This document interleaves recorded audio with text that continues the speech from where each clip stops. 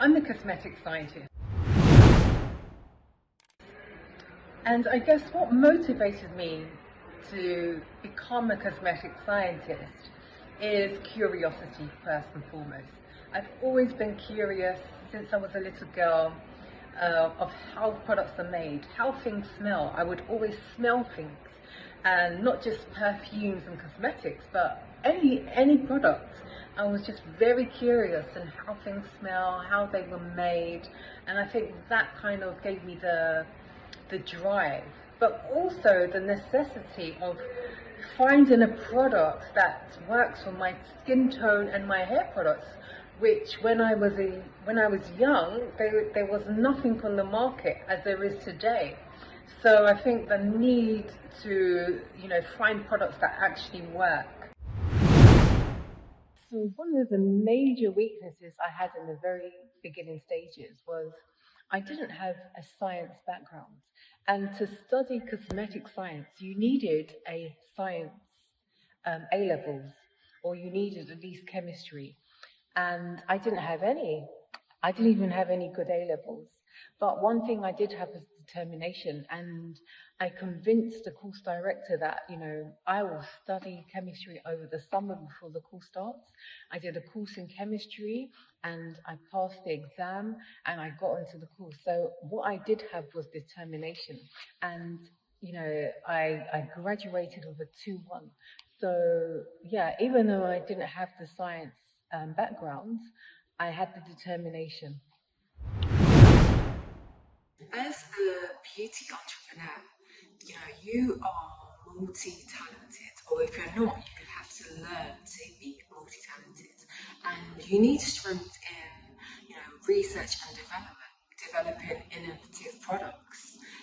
You need, obviously, scientific strengths.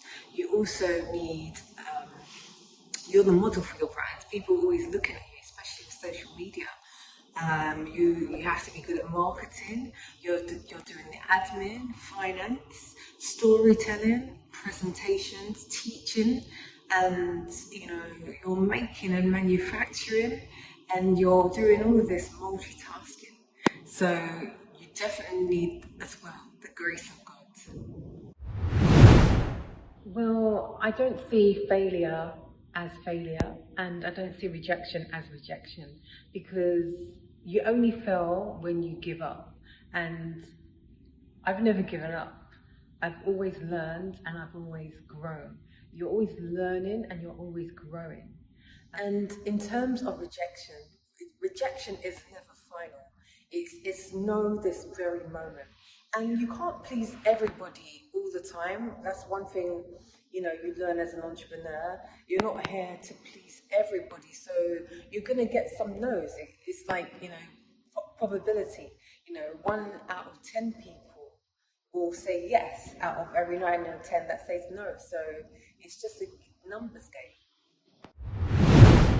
I have had a variety of job roles in the cosmetics industry, ranging from working in a remote countryside in Sussex, England, and working as a lab technician, to working in product development, dealing with manufacturers in China, to being a beauty entrepreneur and developing my own products.